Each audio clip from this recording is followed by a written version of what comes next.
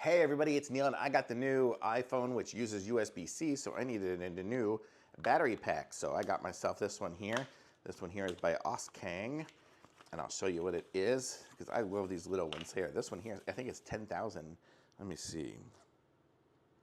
Oh, it's 5,000. 5,000 milliamp hours. So this here, so it'll charge my whole phone up probably once. But look at this. So it's got this little thing here, but then it's got the little built-in little piece here, so I can just, it has it right there.